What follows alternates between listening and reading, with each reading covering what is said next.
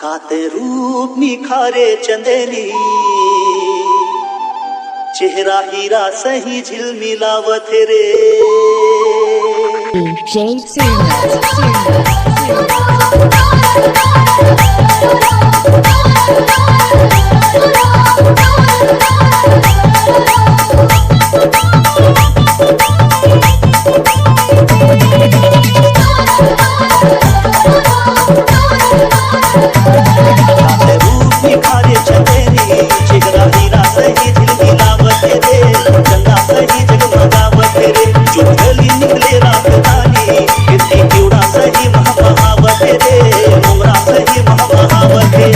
नगर के राजकुमारी तुम होठ पूजा के थाली, नगर के राजकुमारी तुम होठ पूजा के थाली, तुम खुशबू मन